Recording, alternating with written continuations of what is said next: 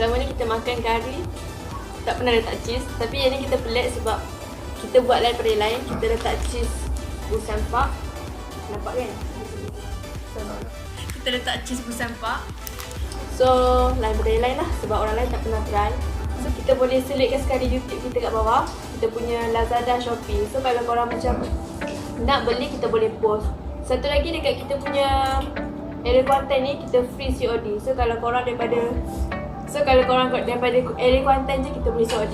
Roger je kita. Okay, kari ni masak dengan santan. Tapi kita pakai cooking cream dengan cheese yang saya tunjuk tadi tu lah. So jom kita sama makan.